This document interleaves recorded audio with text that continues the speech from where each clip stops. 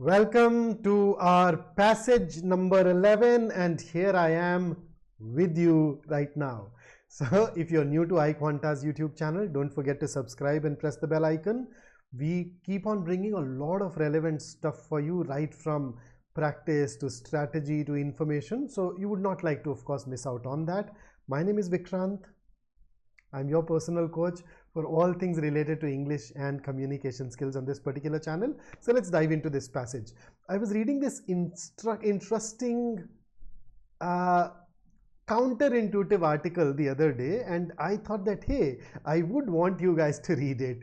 But then since I wanted you to read it, I thought that I can make it worth your while even more by adding some questions to it and turning it into practice.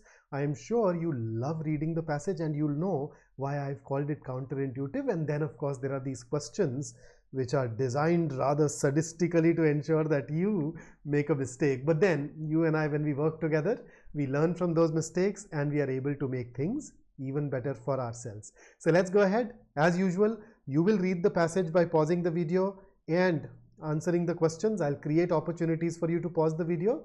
And once you've done that, you and I will go ahead and sit down together to discuss it threadbare. So here, starting with the first slide. So please pause and read. Next, pause and read. Next, pause and read.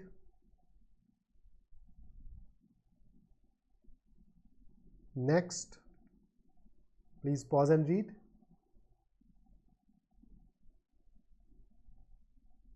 Next, read this.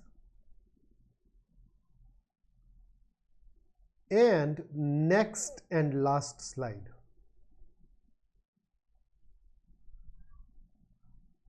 So I hope you've read the passage. So here are the questions. So question number 1, please pause and answer this question. Question number 2. Hope you've answered it. Here is next.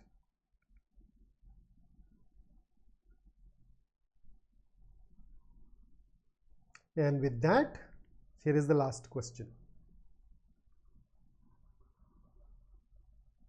Okay, so now that you have gone through the entire passage, let's read it together. And now you realize why I called it counterintuitive. Man, if you are somebody who's thinking of cheating on her or his partner or have done some such thing, maybe this can give you some ammunition.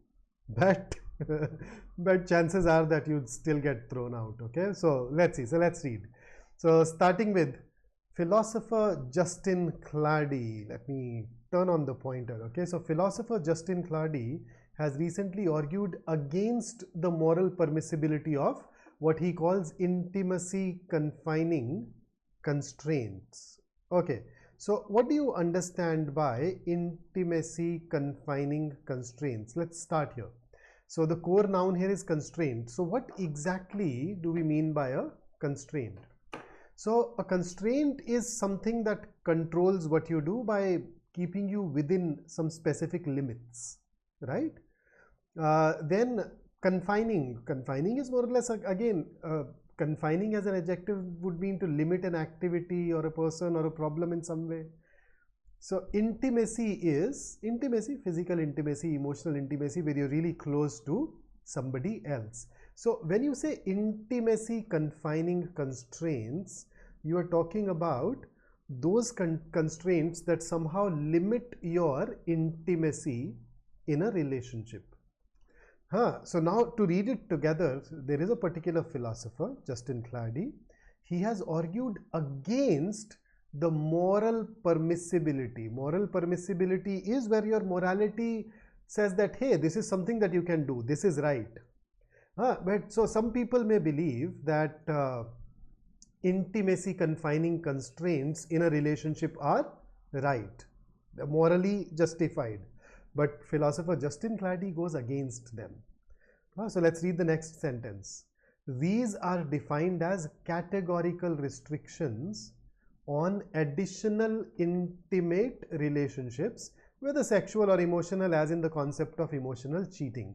Now, what is categorical? Categorical is something that is stated without any doubt or possibility of being changed, something where there is no possibility of it being not true.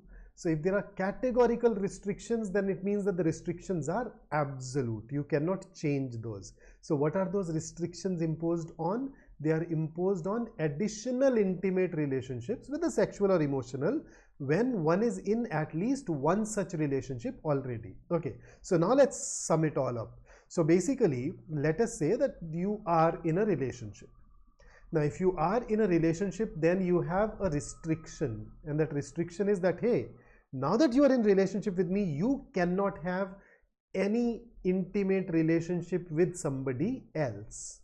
So this is intimacy confining constraint, and this is considered morally right. Philosopher Justin Clardy, on the other hand, has a different idea. He says that I am going to argue against it. That I'll tell you that this is morally not right. Let's read on. So second paragraph. In a forthcoming book chapter, Norwegian philosopher Ole Martin Moyne, along with his co-author, the nurse and trans activist Alexander, I don't know how to pronounce it, so I'll call it Sorley, makes a similar point. So philosopher Justin Clardy says that intimacy confining constraints are morally not right. Then there are these two more individuals who've written a book. In one of the chapters of the book, they've also made a similar point that, hey, this restriction that you can't be intimate with somebody else because you are in a relationship, well, that's morally not justified, morally not correct. Let's see why. So consider the following. Let us say that two friends, Jack and Jane, both love reading and often get together to discuss literature. Then Jack says to Jane that he thinks discussing literature is their thing. You know, it's something that they do. That reminds me of this scene from this movie called Ye Jawani Hai Diwani, where Ranbir Kapoor watches Deepika Padukone having a drink with someone else at a wedding party, and he goes, pushes that guy away and then says, मैं समझता था कि तू सिर्फ मेरे साथ पीती है. So drinking for you was like is our thing, you know, you do it only with me. So then Jack says to Jane that he thinks discussing literature is their thing, and then he will remain friends with her only on the condition that she does not discuss literature with anyone else. And indeed, that this rule applies even on days when Jack is out of town, when he's busy doing other things, or when he just does not feel like hanging out or talking with Jane. So here is an example. Okay, that is the version of the argument from Moyne and Sorley. In this case, they remark, it seems clear that Jack's requirements are not okay. They are controlling and restricting beyond what is acceptable. You'd also probably agree, right? Why can't Jane discuss literature with someone else? But then, let us say we agree. Importantly, Moyne and Sorley continue. Jack would not be able to justify this requirement by appealing to the claim that in fact Jane only wishes to discuss literature with him.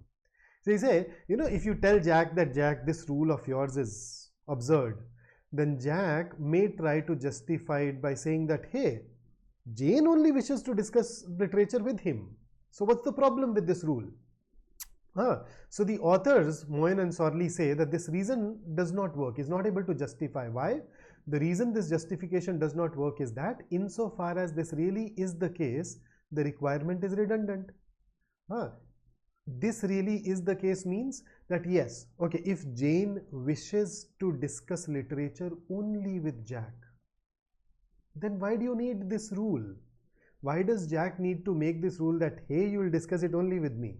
Because she already wants to discuss it only with you. So why do you need this rule? This rule is unnecessary, redundant, superfluous. Now look at the next part carefully. The requirement is relevant and kicks into action only insofar as Jane might in fact want to discuss literature with someone else. So when will that rule come into play? That rule, if she wants to discuss it only with Jack, the rule is not even needed. When is the rule going to be needed?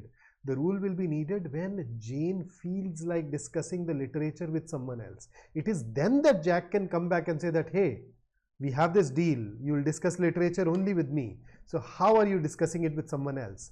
So the requirement serves the purpose of discouraging her from doing so. But if exclusivity requirements, you know what exclusive means, right? If you're in an exclusive relationship, so here the exclusivity requirement is no one else to discuss literature with, no such hanky-panky happening. So if exclusivity requirements are not okay in the case of friendships, why are they okay in the case of romantic relationships? So if they're not okay among friends, why do you consider them okay when it comes to romantic relationships? So at this point comes in the next paragraph. Well, you might be thinking because friendships and discussing literature and romantic relationships and having sex are different in various ways that justify a different standard. So in other words, you may say that, hey, friendship and romantic relationships are different. And because they are different, what applies to one will not apply to another.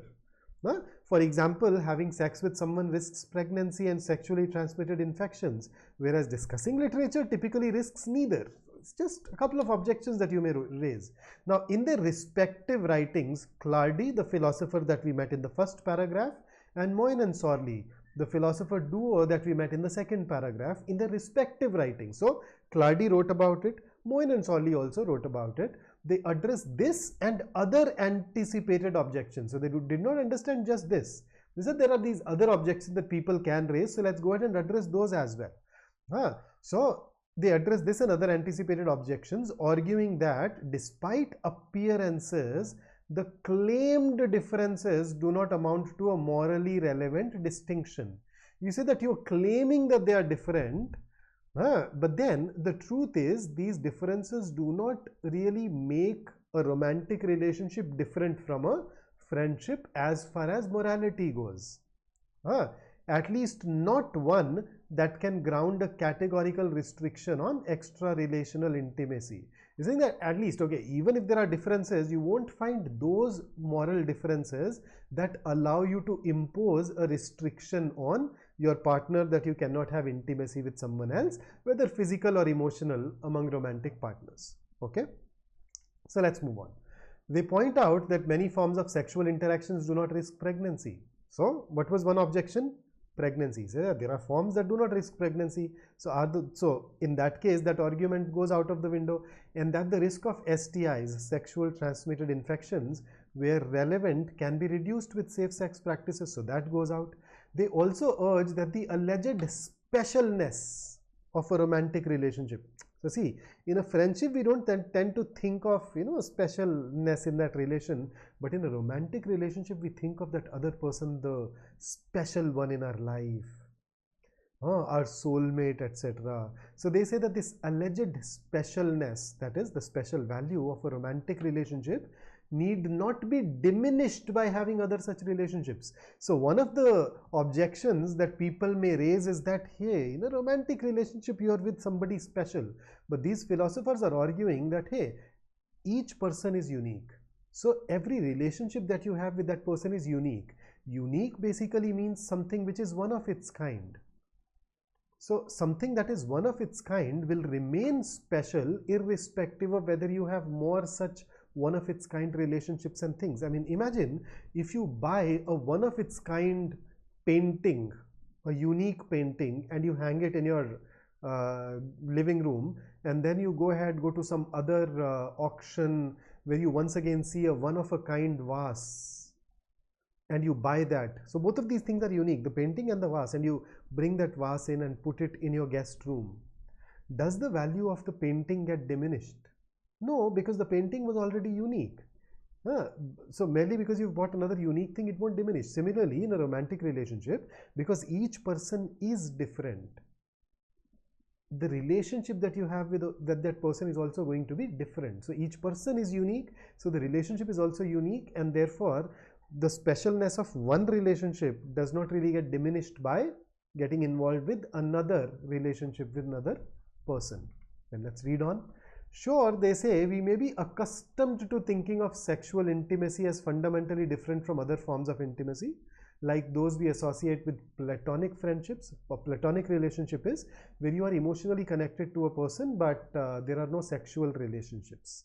Okay, So he said that we are accustomed to. Accustomed to basically means what? We are used to thinking that sexual intimacy is different from non-sexual intimacy. But, and here the author says, cultural constructs can be unlearned. So in a way, what the author claims is that when you call sexual intimacy fundamentally different, it is a cultural construct. It is your society that has taught that to you. It's your society that says that, hey, this relationship is different. But then that's something that you've picked up from society. And there are a lot of other things that you pick up from society, some right, some wrong. And when we pick up something that is wrong, we unlearn it. We learn to ignore it, isn't it? So, and then another argument, intimacies of various kinds can be important life goods. And we should want our partners, just like our friends, to be as free as possible to pursue what is good for them. So intimacies of various kinds can be good for you. And if you love somebody, why do you prevent them from bringing something in their life which is good for them? Tell me. So they conclude, demanding monogamy of a partner, that you'd be sexually intimate only with me and no one else, lest you withdraw your care and affection from them or pull the plug on the whole relationship, is a monogamy or no deal. It is an illegitimate exercise of power. It is controlling. So that's the passage. Let's go ahead and dive into the questions now, starting with the first one. Which of the following best represents the central purpose of the passage? So this is your main idea question. And when it comes to main idea questions, we know options can be narrow, options can be broad, options can be distorted, options can be contradictory, and then of course options can also be right.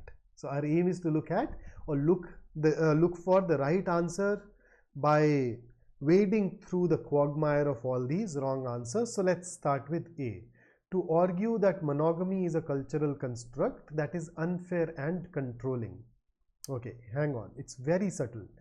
Is it monogamy that is unfair and controlling? Let me in fact take you back to the last paragraph. What does this say? The last paragraph says that demanding monogamy is controlling. It's not about monogamy. It is about the fact that you demand it that is controlling. So this, in a very subtle way, distorts the passage. It introduces an idea which is not even there.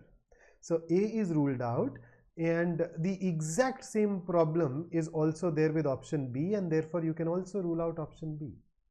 So now let's compare C and D. C says, to describe the views of some philosophers who argue that placing intimacy confining constraints in a relationship is controlling and unfair. Yeah, to demand monogamy is controlling and unfair. Yes.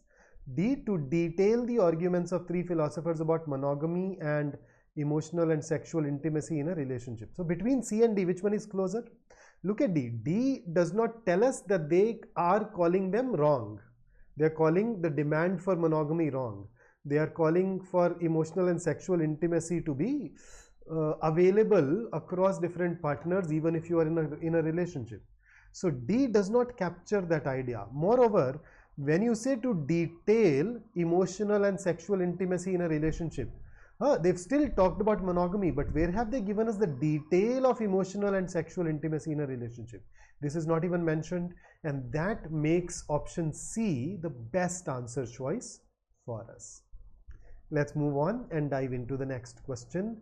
Question number 2. Which of the following can be inferred about Moyne and Sorley's view from paragraph that starts with Jack would not be able to justify this requirement by appealing? Okay, so first up, let's go back to this particular paragraph, and here it is.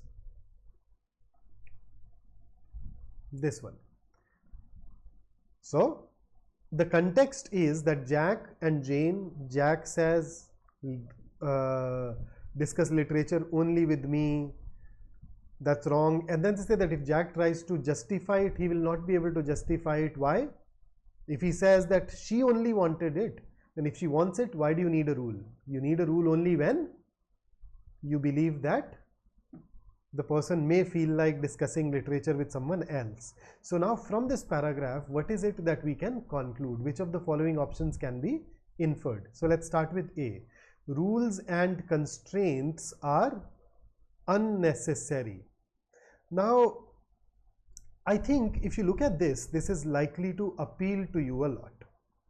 This is something that you'd say that like, yeah, this is something that we can infer, but then you remember in our classes, in case you're my student or even otherwise if you discuss things with me, I have talked about this thing called a generalization, that in an inference based question, if you come across an option which is a generalization, then you need to guard against it. So here, are those philosophers saying that rules and constraints are unnecessary, or are they saying that a specific type of rule, a specific type of requirement in a particular kind of relationship is unnecessary? They are limiting themselves to intimacy confining constraints. It's not about all the other sorts of rules and constraints. So this is broad, and therefore if I have to apply a label, I'll say that it is can't say. Then B, exclusivity constraints are not right in relationships. Okay. Now, what kind of relationship is the paragraph talking about? The paragraph is talking about a relationship where two people are friends, friendship. Now, relationships are of various types. So, if I were to draw a set, here is a set of relationships. Within this relationship, you'd have friendships. Within this, you may have romantic relationships. Within these, you may have business relationships. So are we saying that we are talking about exclusivity constraints are not right in all these relationships, including business relationships? No. What we can infer from this paragraph is only about friendship, not the other types of relationships, and therefore even B, just like A, even B becomes broad, and thus the label that we'll apply will be can't say. Let's look at the next one. A rule emerges from the desire to comply with a requirement. This is false. If you have a desire to comply, if Jane wants to discuss it only with Jack, then you don't need the rule. In those situations, the rule is redundant, unnecessary, superfluous. It does not emerge from that situation. That situation makes it unnecessary. So even this gets, so this is false. Okay, D, instituting a rule stems from the possibility of flouting that rule. Oh yes. Why did Jack make the rule? He made the rule because he anticipated that the opposite of it can happen. In those situations, I can use the rule to prevent it from occurring. So this is something that we can infer from this particular passage. So now that we have labeled it all, A, B and C are, A and B are can't say, C is false, D is true. So in an inference based question, if you get an option which is true, you can without any hesitation go ahead and pick it up as your answer. So your answer for question number 2 must be option D. Let's dive into the next one. All of the following can be inferred from the passage except that. So let's start. In their book, Moyne and Sorley argue by analogy. So first up, except. So except basically is you can remove it by introducing not. So just adjust it grammatically now. One of the following cannot be inferred from the passage. So which one? So let's see. In their book, Moyne and Sorley argue by analogy. Yes, they are drawing a comparison between friendship and romantic relationships. So this is true. Friendship and romantic relationships may not be different as they appear to be. True. In case you wonder why, let me just take you back to the relevant part. So here. So some people say in this paragraph that friendship, romantic relationship are different. But then in the next paragraph, they say despite appearances, the claimed differences do not amount to a morally relevant distinction, at least in this particular domain. So from this, we can conclude that, yeah, they may not be different the way we tend to think of them as different from each other. So therefore, B is true. C, while being in a relationship, it is possible that a person enters into an additional intimate relationship that is platonic. Yes, that's true. It is in fact a possibility, and that is why this passage goes ahead and talks about it, discusses it. So platonic relationships are mentioned in the first paragraph, emotional connection, and they're also mentioned towards the end. So yeah, that's true. D says restrictions are needed, but only to a certain extent in a relationship. If anything, can't say. If anything, the paragraph argues that, hey, that there is a particular type of relationship. Which one? intimacy confining constraints. A particular type of restriction is not needed. So D has two problems. Number one, it talks about all sorts of restrictions. Number two, it talks about all sorts of relationships. So it will go beyond the scope of the passage and therefore can't say. So as you can see, A, B and C can all be concluded. D cannot be. And therefore our answer here is going to be option D. Let's go ahead and talk about the last question. Which of the following best explains the function of the fourth last of paragraph of the passage?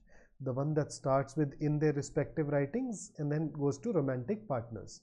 So here is that paragraph. Go ahead, read it once. So we are being asked for the function of this particular paragraph within the passage, right? So let's go ahead and dive into our answer choices now. So starting with A, it provides premises that support the conclusion that friendships and romantic relationships are different. No, it provides support to the conclusion that they are not different. So A contradicts the paragraph. Let's rule it out. B, it describes how romantic relationships should not be differentiated from friendship because of sex and specialness. Okay. C, it provides premises that support the conclusion that friendship and romantic relationships are not different. Okay, what's the difference between B and C here? If we were to look at it, how are they different?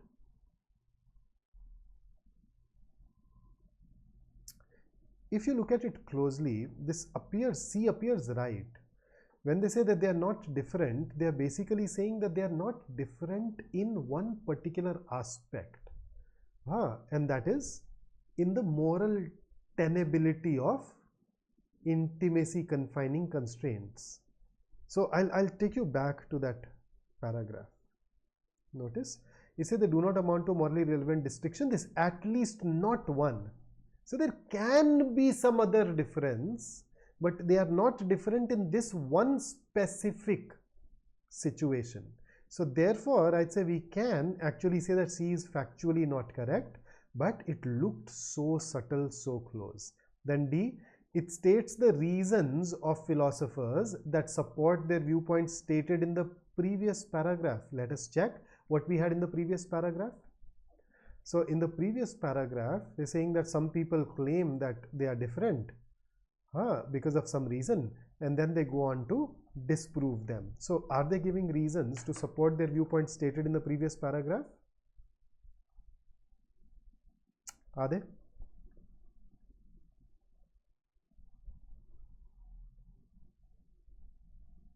So in a way, it is preemptive.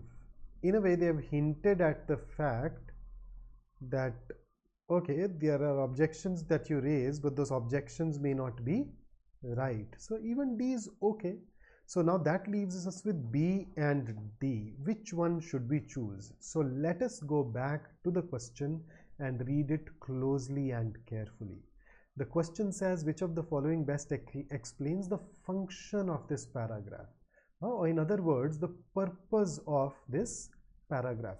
What role does it play in the overall scheme of things? Now, if you look at B, B tells you the main idea of the paragraph, but it does not connect it with the larger theme of the passage. It does not tell you the role that it plays in that larger scheme of things. Whereas if you look at D, D does talk about the function. B gives you the summary of the passage, the paragraph. D talks about the role of the paragraph in that passage. Now, which one of these two is closer to what the question has asked us? Well, the question has asked us for function, the purpose, and therefore D is going to be the right answer. B will become out of scope for us and thus can be eliminated. So, how was the passage? Like it if you loved reading it, and don't forget to subscribe to the channel. But before I sign out, here is something that I wanted to leave you with. Carl Jung once upon a time said that loneliness does not come from having no people, but from being unable to communicate the things that seem important. You don't feel lonely when you have nobody else around you. You feel lonely when you have people around you, but you cannot talk to them about the things that truly matter to you. Think along those lines. So bring in those people in your life with whom you're comfortable enough to talk about the kind of things that you want to talk about. And that will truly set you free, will make you immensely happy. So that's it for this particular session. I'll see you in the next one. Until then, stay safe, stay focused, stay in touch, and do drop in a comment to tell me how this passage went for you. I'll see you in the next one. Take care.